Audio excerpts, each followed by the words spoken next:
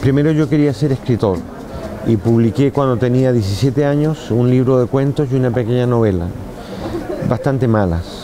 ¿Cómo se llama? Los cuentos se llaman Cansancio en la Tierra y el libro y la novela se llama Juegos de Verdad. Buenos títulos. Sí, pero la verdad es que me di cuenta que lo que estaba escribiendo eran guiones. Entonces estudié en un pequeño instituto fílmico en Chile y después salí a España a la Escuela Oficial de Cinematografía y ahí me formé en una escuela normal, copiada del IDEC francés, copiada del Centro Experimental de Roma, eran iguales. Y después cuando Allende sale presidente, vuelvo a Chile inmediatamente. Y empieza a filmarlo, ¿no? Con Empiezo a filmar en documental en la calle con una película que se llamó El Primer Año, que es la antecesora de la Batalla de Chile. ¿Cuál es su metodología de trabajo? Usted la tiene muy bien pensada. Primero hago una investigación, que son leer libros, ir a algunos museos, conversar con algunas personas. Y esto termina con un guión imaginario, que es el guión que yo imagino. No es el guión real, pero uno se imagina la película que va a hacer y la escribo. Y muy ordenado, como si fuera real. Y esto lo hago circular para conseguir dinero. Y algunas personas me dan y otras no, depende. Y después hago una investigación en el terreno. Voy al lugar, nunca filmo sin haber ido al lugar.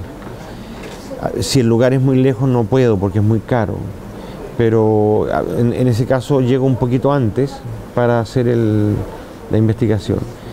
Ahora bien, la investigación que uno hace no es una investigación científica, porque no somos hombres de ciencia, somos artistas y no hay síntesis, tesis y antítesis como es un ensayo literario, un ensayo científico. No, son simples apuntes. Tú puedes ser ignorante en pintura, completamente ignorante, pero te fascina Picasso y puedes hacer una película de Picasso porque es tu punto de vista de Picasso y punto final. Nuestro cine es subjetivo y no es científico. Son observaciones de la realidad y libres. Gran parte del guión se reescribe en la mesa de montaje.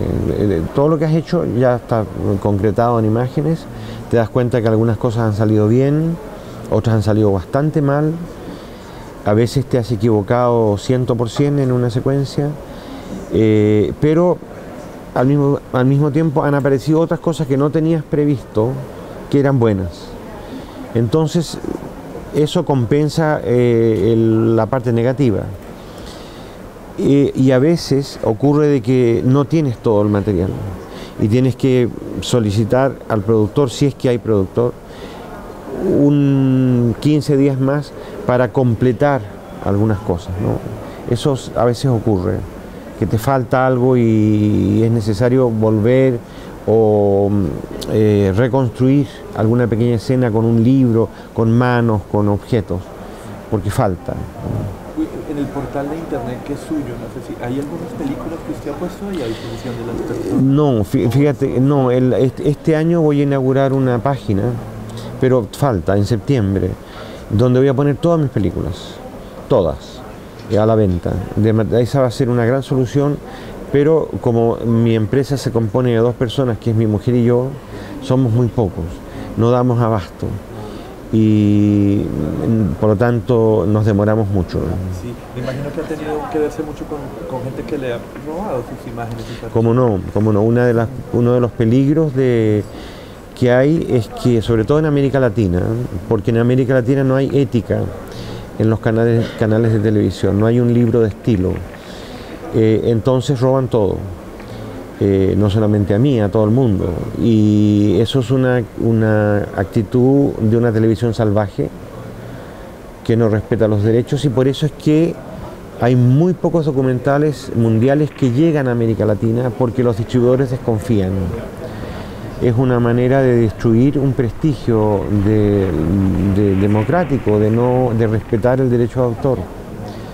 Eso es muy malo en América Latina, muy malo. Sí, eso es un díptico, ¿no? Yo creo, con la nostalgia de la luz, con el de ahora, la arena, el desierto, ahora el agua, el mar.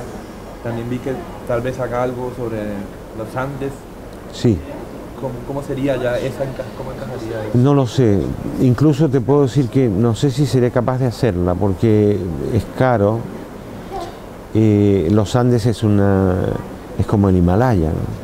Es muy grande y a mí me gusta porque allí estuvo la cultura inca, porque al otro lado estuvieron los mayas, que son los indígenas más avanzados, estuvieron al borde del pensamiento científico.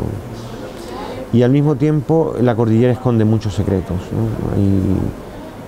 Hay muchas cosas que hablar de esa montaña increíble, que es una montaña sagrada para nosotros. Sí, es lo más difícil en un documental es encontrar el hilo narrativo para que el espectador no te abandone y te siga, ¿no? Y yo creo que en ese caso lo que ayuda mucho es mi voz narrando el documental. Por ejemplo, cuando este documental se dé en otro país, no va a haber otra voz, va a ser siempre la mía subtitulada. Eso hay que defender eso, ¿no? Porque los locutores arruinan los documentales. Lo que yo veo también ahora, he escuchado que quiere hacer una película sobre su obra, o alguien va a trabajar, o eso como Hay un director francés, un joven director francés, que ha hecho una película mía, o sea, sobre mi obra, bastante larga, que dura 1 hora y media, y yo no te sé decir si es buena o mala, porque es muy difícil para uno juzgarla, pero lo que sí te puedo decir es que Boris Nicot, así se llama el director, fue muy abierto y me dejó hablar. En lugar de él ocupar un espacio, me dejó hablar, y eso se lo agradezco mucho, y tal vez por eso la película refleje un poco lo que yo hago, pero no lo sé, solo la he visto una vez. Sí, de refugio. Complicado, es muy complicado, porque no tenemos libertad de prensa en América Latina. O sea, las grandes compañías dominan todo, las televisiones son mercantiles, no hay espacio para la cultura. La única fórmula es crear redes alternativas, ONGs, clubes, sindicatos, salas que hay en las universidades, salas que hay en algunos liceos, y hacer una red documental. Hay que organizarse. En Chile ya se organizó un grupo y tienen como 15 salas en todo el país. Y recolectar un poco de dinero, porque al final tienes que vivir de algo y el documental no da. Es un milagro vivir del documental.